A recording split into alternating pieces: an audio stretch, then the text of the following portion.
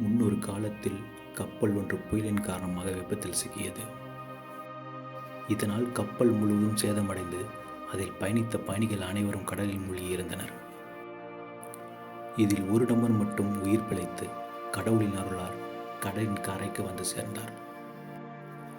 அவர் கடற்கரையில் சுயநினைவை அடைந்து கண்களை திறந்து பார்த்தபோது அவர் மனித நடமாட்டம் இல்லாத ஒரு தீவில் இருப்பதை உணர்ந்தார். உடனே அவர் கடவுளிடம் பிரார்த்தனை செய்ய ஆரம்பித்தார். கடவுளே, தயவு செய்து எனக்கு உதவுங்கள், கொஞ்சம் உதவி அனுப்புங்கள் என்று கூற ஆரம்பித்தார். நேரம் கடந்தது, ஆனால் அவருக்கு எந்த உதவியும் வரவில்லை. அவர் தனது இரவை அன்று கடற்கரையிலேயே உறங்கினார். மறுநாள் அவர் எழுந்தவுடன் மீண்டும் கடவுளிடம் பிரார்த்தனை செய்ய ஆரம்பித்தார். ஆனால் எந்த உதவியும் வரவில்லை. இப்படி சில நாட்கள் கடந்து விட்டன. கடவுளிடம் வேண்டுவதை விட்டுவிட்டு அவர் அந்த தீவில் தன்னந்தனியாக வாழ்க்கையை வாழத் தொடங்கினார். அவர் அங்குள்ள மரத்தையும் புல்லையும் சேகரித்து தனக்கென்ற ஒரு குடிசை உருவாக்கி கொண்டார். உடைந்த கப்பலில் இருந்து பொருட்களை சேகரித்து தன் குடிசையில் வைத்து கொண்டார்.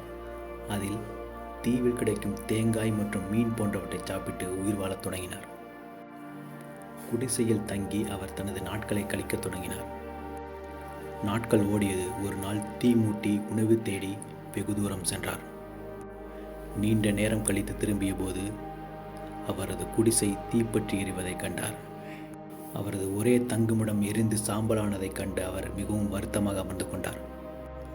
பின்பு கோபத்தில் வானத்தை நோக்கி தலையை உயர்த்தி கடவுளே என்று புகார் செய்ய ஆரம்பித்தார். அவர் கடவுளிடம், கடவுளே, ஏதாவது உதவி அனுப்புங்கள் என்று நான் கேட்டேன். ஆனால் நீங்கள் என் பிரார்த்தனைக்கு செவிசாய்க்கவில்லை. மாறாக நான் வாழ இங்கே ஒரு குடிசை கட்டியிருந்தேன், அதையும் நீங்கள் எரித்து விட்டீர்கள் என்று புலம்பத் தொடங்கி இரவு முழுவதும் தன் வேதனையை கடவுளிடம் முறையிட்டார் அந்த நபர். பின்னர் அவர் இரவு முழுவதும் கடற்கரையை தூங்கினார். மறுநாள் காலையில் பலத்த சத்தம் கேட்டு எழுந்தார். அவர் கண்களை திறந்ததும் ஒரு கப்பல் கரைக்கு வந்ததை கண்டார். அவரால் தன் கண்களையே நம்ப முடியவில்லை. கடைசியாக தனக்கு உதவி வந்ததில் அவர் மிகவும் மகிழ்ச்சி அடைந்தார். அவர் அந்த கப்பலில் ஏறி பயணம் செய்ய தொடங்கினார். கப்பலில் ஏறிய பிறகு அந்த மனிதர் கப்பலின் கேப்டனிடம், இந்த வெறிச்சோடிய தீவில் நான் சிக்கிக் கொண்டிருக்கின்றேன் என்பதை உங்களுக்கு எப்படி தெரியும் என்று கேட்டார். அதற்கு அந்த கப்பலின் கேப்டன், தீவில் இருந்து நீங்கள் அனுப்பிய தீ சமிங்கையை நாங்கள் பார்த்தோம். எனவே அதை வைத்து தீவில் ஒருவர் இருப்பதை நாங்கள் புரிந்து கொண்டோம் என்றார். அதனால் தான் இங்கு வந்தோம். அதற்கு அந்த நபர், நான் எந்த சமிங்கையும் அனுப்பவில்லையே என்றார். அதற்கு கேப்டன், நாங்கள் தீ சமிங்கையை பார்த்த பிறகுதான் இங்கு வந்தோம் என்று கேப்டன் மீண்டும் அந்த நபரிடம் கூறினார். அப்போதுதான் அந்த நபருக்கு தனது எரியும் குடிசை நினைவுக்கு வந்தது.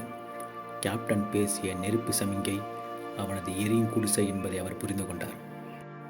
தனது குடிசைக்கு தீ வைத்து பாலைவனமான தீவிலிருந்து தன்னை வெளியேற்றுவது கடவுளின் திட்டம் என்பதை அவர் புரிந்து கொண்டார். தனக்கென தான் தீட்டிய திட்டத்தை விட கடவுளின் திட்டம் பெரியது என்பதை புரிந்து கொண்ட அவர் கடவுளுக்கு நன்றி சொல்ல ஆரம்பித்தார். நாம் நம் வாழ்க்கையில் நிறைய திட்டமிடல் செய்கிறோம். ஆனால் அந்த திட்டமிடல் நாம் விரும்புவது போல நடக்காது, அல்லது நடப்பது நம் விருப்பப்படி இருக்காது. நாம் எப்பொழுதும் நம் வாழ்வில் நடக்கும் சம்பவங்களை நமது வரையறுக்கப்பட்ட மனதுடன் நிலைநிறுத்த முயற்சி செய்கிறோம். துன்பம் வரும்போது நம் நம்பிக்கை தளரத் தொடங்குகிறது, பொறுமை குறையத் தொடங்குகிறது. நாம் கடவுளிடம் குறையை கூறி கடவுளின் நம்பிக்கையை பேணுவதன் மூலம் சிக்கலில் இருந்து விடுபட முயற்சிக்க வேண்டும். 7 பில்லியனுக்கும் அதிகமான மக்கள் வாழும் இவ்வுலகில் கடவுள் நம் ஒவ்வொருவருக்கும் ஒரு நோக்கமும் ஒரு திட்டமும் வைத்திருக்கிறார். எனவே நமது முயற்சியும் கடவுளின் ஆசீர்வாதமும் சேர்ந்து நம்மை எல்லா பிரச்சனைகளிலிருந்து மீட்டெடுக்கும்.